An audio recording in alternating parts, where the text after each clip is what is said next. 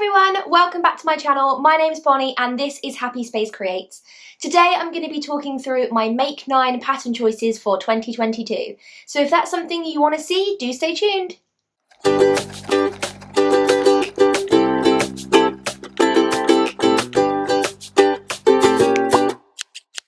Hello, welcome back. Thank you so much for joining me again today. This video is going to be all about the Make 9 pattern challenge. I don't know if you guys have heard of this at all at home. I'm sure most of you know what it is, but basically the Make 9 challenge is something that takes place over on Instagram.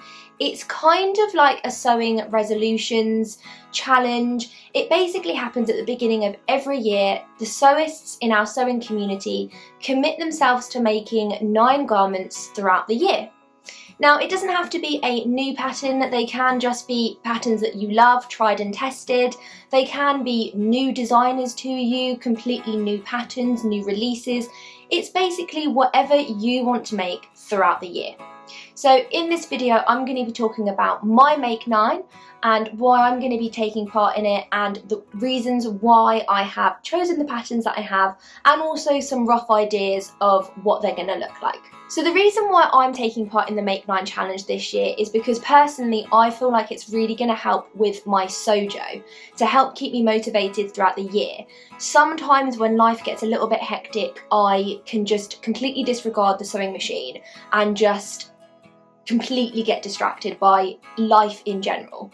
So I feel like having 9 patterns that I have committed to will help me reflect back on it and find that inspiration that I need to sort of get back to my sewing equipment again. So that is part of my goal as to why I want to take part in the Make 9. The ones that I have chosen, the patterns that I've selected, they aren't necessarily new patterns to me. Some of them I've spoken about before on my channel, and some of them are like they push me a little bit, but nothing completely deflating that, you know, I'm gonna get lost halfway, and then because sometimes that can be demotivating for your like sewing mojo. So the patterns that I've chosen I think are a really good mix. Some that I feel like are going to be really straightforward, some that are going to push me a little bit. And I've tried to choose patterns that are really realistic. Nothing that is not going to get a lot of wear. I really want to make these things and get a lot of wear out of them. So I've chosen things that I feel like could be everyday essentials into my wardrobe. Nothing out there, nothing too one-off. I'm kind of looking to make things that I can keep coming back to again and again. The other reason why I have chosen these patterns, now I would say the majority of the patterns in this selection are patterns that I already own and just have never got round to sewing. And I feel like that's really important, because we tend to accumulate these patterns and you go, oh, I'm going to make that, I'm going to make this, I'm going to make this, and then realistically you just never get round to it. And I feel a massive part of being able to achieve this Make 9 is by already having the patterns there available for me to use. So I already have the majority of these patterns. Some of them I don't, I'm going to have to add on to the list, but they can be later on in the year. But yeah, I already own the majority of these patterns. But yeah, let me know what you are going to be partaking in for the Make 9. I would love to see what you have planned. Also, if you have made any of these upcoming garments and you have any advice, any fitting tips, anything that you think I might need to know beforehand, please do leave a comment in the boxes down below, because I do really love to hear from you. Also, if you are interested in seeing more of what I have to offer, do click the subscribe button also, and you can see how I get along with my Make 9 throughout the year. And don't forget to give this video a little thumbs up as well. So, shall we get into my Make 9? So, number 1 on my list is the Davenport dress by the Friday Pattern Company. In one of my other videos, I mentioned that I've actually never made a Friday Pattern Company pattern, which blows my mind because I feel like it's such a big name in the sewing community, and I have just never ever sewn anything. So the Davenport dress is one that I hear people talk about an awful lot. I see a lot of people posting their versions of it, and it's always appealed to me. It's definitely up my street. It's definitely like a style that I would wear. So I got gifted this for Christmas, so it has worked its way top of my list into the Make 9. I've also got a whole bunch of fabric in my stash that definitely needs to be used because it's getting a bit out of control, and I feel like the Davenport dress lends itself to a lot of available different types of fabric. So this is a really good place to start. I think it's going to be hopefully a fairly straightforward make, and I have so many beautiful fabrics that I think this would really suit, so hopefully I can't go too wrong with it. One thing I have noticed with the pattern though is that it's quite fabric hungry. It uses a lot of fabric, mainly for like the gathering and like the sort of ruffles and things like that. So it might mean that I have to look through my stash and see what I have available. To be honest, I don't really have any huge pieces of fabric because this is sort of asking for sort of 3.5–4 meters of fabric. Most of the time I have sort of like 2.5 to 3 meters of fabric. So I'm gonna have to look through what I've got available and see what I can come up with. So that will limit my choice a little, but also I feel like I could maybe hack the pattern a little bit to make it a little bit less fabric hungry. But that is number 1 on my Make 9 list. So the second one in my Make 9 is the Nina Lee Camden skirt / pinafore dress. I already have this pattern ready to go. When I got it originally, I wanted to make a black pinafore dress because I felt like it would be really perfect to wear for work. But sorting out my wardrobe, I discovered I already have like a dungaree cord black pinafore dress. And I was like, there's absolutely 0 point making another one identical. So I want to now make the skirt. I love the skirt. It has such beautiful details on it. It has these lovely deep kind of pockets, which I really like. And I also already have a cord skirt and it is in burgundy and I wear it all the time. So I feel like a nice bottle green skirt as well would be a really nice addition. I do wear a lot of green and sort of like earthy tones anyway, so I've got a lot of things that will go with this skirt. I just need to get it made. But it's the perfect thing to wear sort of like winter, autumn time, and we're moving out of that season now, so I really want to get that made fairly soon so that I can start enjoying it. I definitely think it is maybe a priority, maybe one of the first ones that I make. Frustratingly, I have got lots of events coming up, fingers crossed. Hopefully got lots of events coming up that I would need more dressy attire to. But I feel like the skirt needs to get done because it's quite seasonal and I do have lots of other beautiful dresses that I can wear. So we will see whether I make this one or the Davenport dress first. But yes, definitely really looking forward to this one. So the next one on my list is the Marle sweater by True Bias. Again, True Bias is quite a new pattern company to me. I've only made maybe 2 of their other designs, the Ogden cami and maybe something else, I can't remember now. But yeah, True Bias is quite a new pattern company to me. Although I have heard of them and followed them for a really long time, there hasn't been an awful lot of their designs that I have made. That was until the Marle sweater came out. I've seen so many versions of this and I absolutely love it. The style of the sweater is just so me, like a slouchy kind of cardigan. I can really see myself wearing that. It's kind of like a granddad cardigan. I really like it. I bought the pattern the other day in the Black Friday sale. They had like a 25% off code and I thought I'm gonna get it because it makes it really reasonably priced.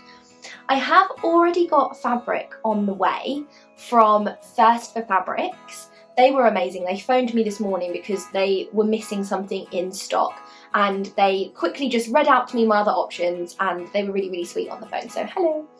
But I do already have my fabric on order. I decided to go for a black, I can't think of what it's called, cable knit, a black cable knit jersey fabric. So I felt like that is going to really give it granddad vibes. So I'm really looking forward to that arriving. Hopefully it will be here in a few days' time. I also have these gorgeous buttons already, these like lovely, they're metal, but they're kind of like jeweled at the same time, and I feel like that will give it like a really vintage kind of look.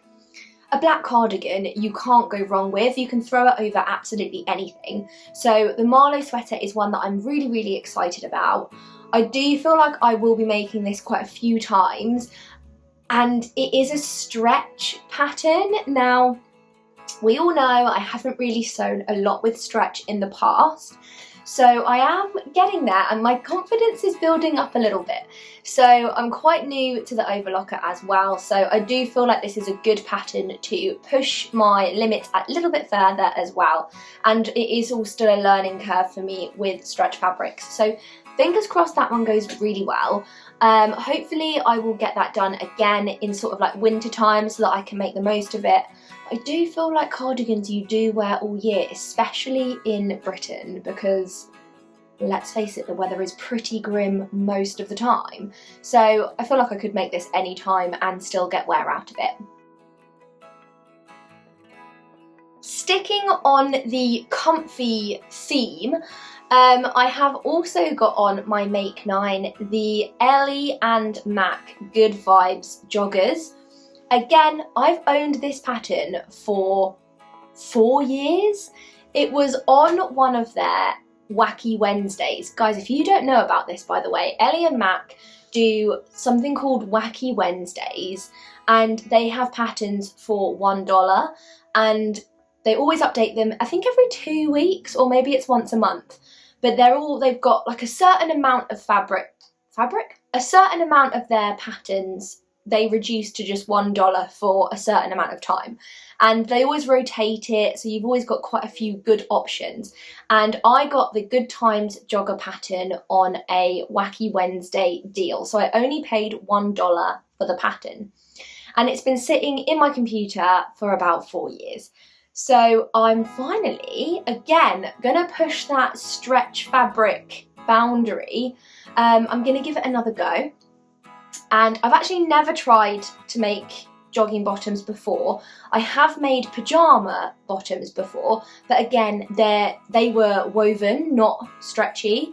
So I'm gonna take what I've learned, try it with a stretch. Most of the joggers that I have, in fact all of the joggers that I have, are ready to wear joggers, and they are all like really baggy fit. I love a baggy fit. Especially for joggers, you need all the room you can get. But yeah, most of mine are quite a baggy fit.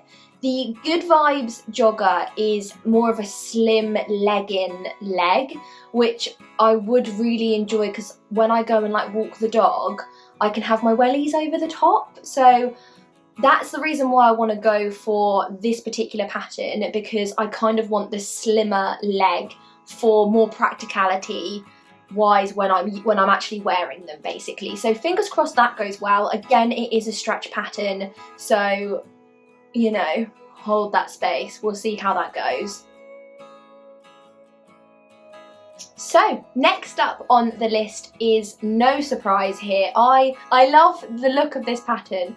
This is the Daria Patternmaking Rose Cafe Bustier dress. I already have this pattern. I've already tried to make this pattern once, and when I tried to make it last time, it was the old version of the pattern. Daria has now updated the design so that hopefully the cup sizes and the bustier part will be much more interchangeable depending on your cup size. And I have never tried making anything like this before. The first one was an absolute disaster because I just couldn't get these two things to fit. So I've printed off the new updated version. Thank you so much, Daria, for sending that to me and updating it, because I did reach out and say that I was having problems with it. And yeah, I'm gonna give it another go. It is like nothing I've ever tried before, but this is such a good vibe for me. I really like the look of it. I feel like I'm young. This is the kind of stuff that I want to be wearing out.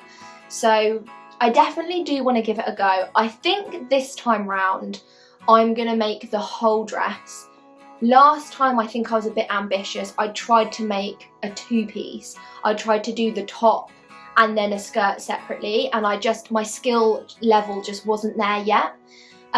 So definitely I'm going to follow the instructions word for word this time. So it was nothing to do with the pattern, it was really just my lack of skills.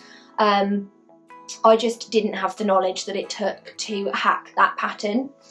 So yeah, I'm going to try it straight out the packet this time, and I have no plans for fabric for that. But I'm going to have a little look around, do a little shop. That's going to be later on the list anyway, more towards the summertime. But I really want to give it another go, and I really feel like I really want to achieve that. So it hasn't put me off. I'm going to give the new version a go.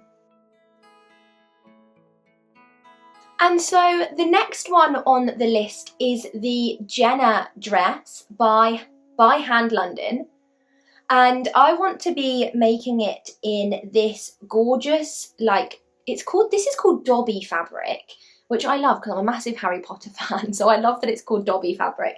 But basically it's like a polka dot textured chiffon, and I bought this quite a while ago now. I can't remember where I got it from. I think this was a Rainbow Fabrics purchase as well, but I want to, this is my vision. So the Jenna dress is a beautiful like squarish neckline dress. It's like a midi dress, but it has these gorgeous little sleeves, and it's got like a split down the middle here, a little tie.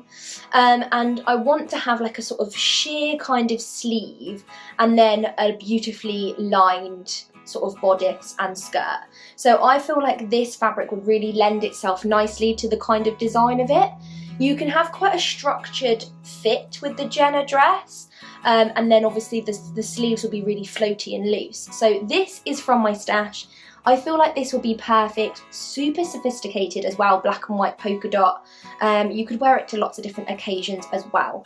The Jenna dress was a pattern that also came free with Simply Sewing magazine a couple of months ago. So if you are just watching this and you are in America or Australia or some of the other countries that my watchers watch in, I know that you guys get the patterns and the magazines a little bit later, maybe 1 or 2 months behind.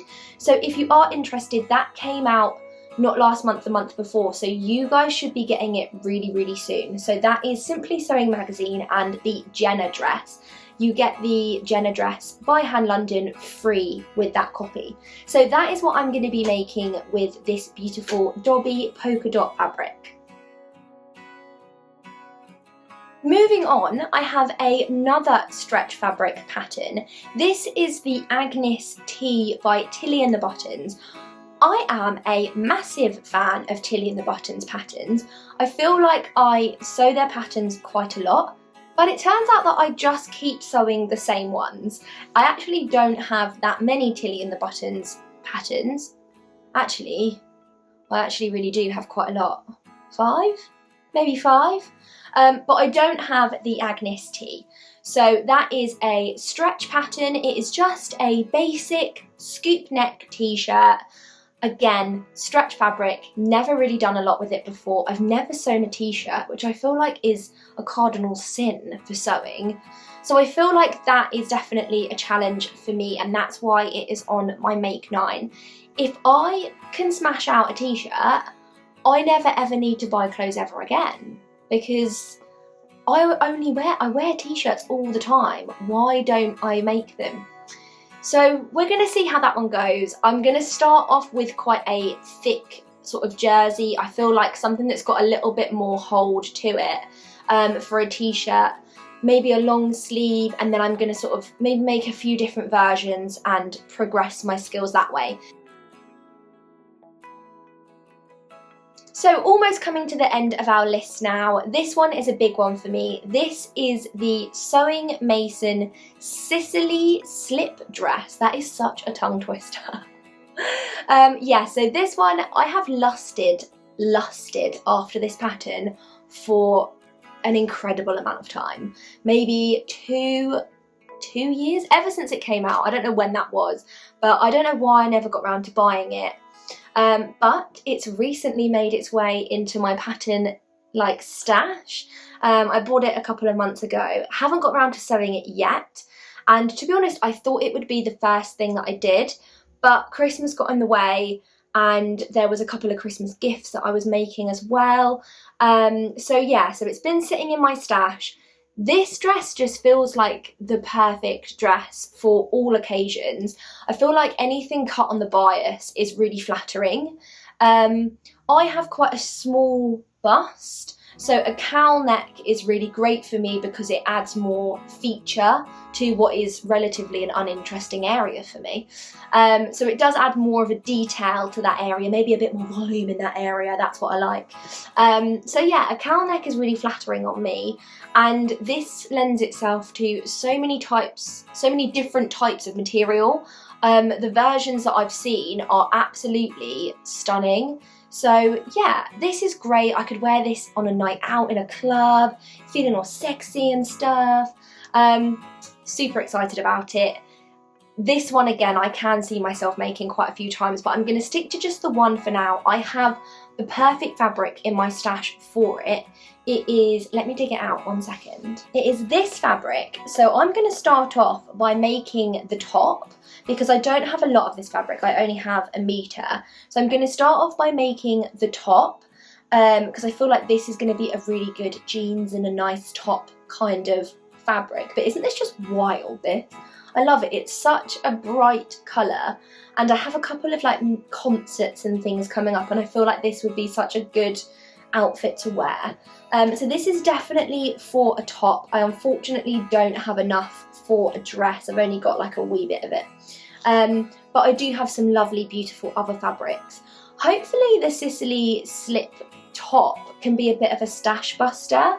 I've got a lot of like remnants in my stash that I feel like need some love, and if this pattern works out well, I can just whip out loads of tops that can go with nice jeans, because that's what everyone desires in their wardrobe, isn't it, really? So lastly on the list, bringing us to the end of my Make 9, is the Lander pants by True Bias. Again, I hadn't really sewn much True Bias before, and this one has managed to make its way on my list. This is, I feel like, going to be probably my most challenging on the list. I have made trousers before, but they have been particularly basic in their design, you know, a pocket here, a zip there, nothing really as detailed as this. I absolutely love the Lander shorts that comes with the pattern. So you've got the long length and you've got the short. Absolutely love that. I feel like a beautiful pair of like white denim shorts would look absolutely gorgeous. Like with just some really interesting top stitching, I think would look really cute. I love a pair of shorts as well, and I'm hopefully going to go on plenty of holidays once all of this malarkey is over. So I do feel like you do need a good pair of shorts in your wardrobe, and that particular shape of the pattern would be quite flattering on my figure. I've got small-ish waist and mahoosive hips. So that particular kind of cut I feel like is going to suit my shape quite well. And then I will hopefully go into a longer version for the winter months as we're coming towards the end of the year. So I have got Make 9 plans, but I'm intending on making each of these patterns a few times. So these could just be my 9 patterns for the whole year and be done with it, and just make different versions of them. So I'm not sure whether I want to commit to only sewing these. I do feel like that would be a really, really good challenge, to be like, I'm only making these and seeing how many variations I could get. But I'm a sucker for like that inspirational, like flair that you get, you know, when you're like, I want one of these. So I do feel like I can't commit to only sewing those patterns, but I have got good intentions. I do hope to sew these all quite a few times. I don't want to put too much pressure on myself, but these patterns will get made in some kind of variation. Fingers crossed. That's it for my Make 9. I hope you have enjoyed watching this video and listening to what I'm intending to do. I hope you are taking part in the Make 9 challenge as well. If you are, do let me know in the comments box down below. I would love to come over and see how you're getting on, so leave your little Instagram handle as well. I'd love to follow you all. I will leave my Instagram handle right here, so if you're not following me, do head over there and give me a little follow as well. You can see how I get along with all of these patterns on the regular. And if you've liked this video, again, give it a little thumbs up and do subscribe down below if you want to see how I get on throughout the year. But other than that, thank you so much for watching today. If you have made it this far, well done, I appreciate you. I'm going to see you really, really soon. Take care. Bye.